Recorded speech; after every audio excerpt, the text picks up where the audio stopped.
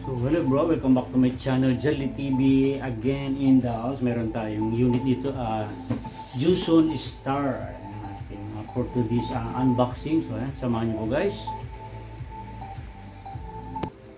So ayan, unbox natin ito ating Juson Star guys. Ayan.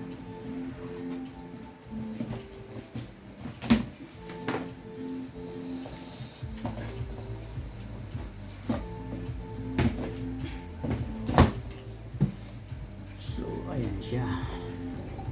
So, ayan siya. Ayan.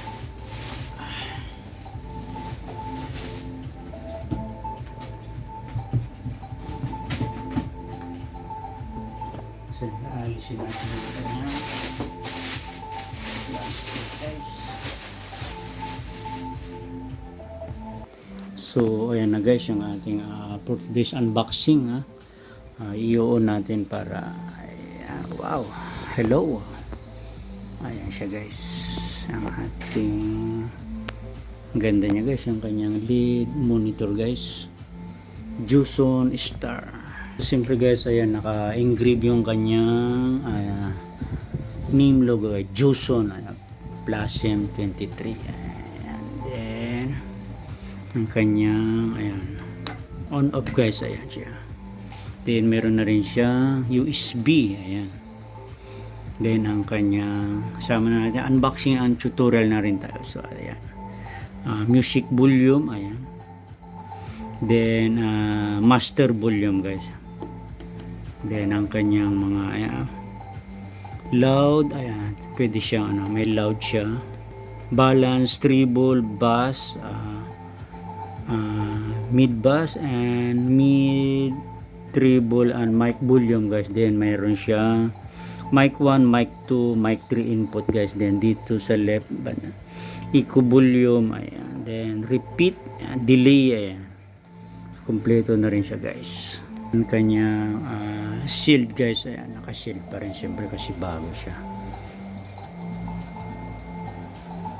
Okay, ito yung kanyang guys, ayan, side, ayan, gilid.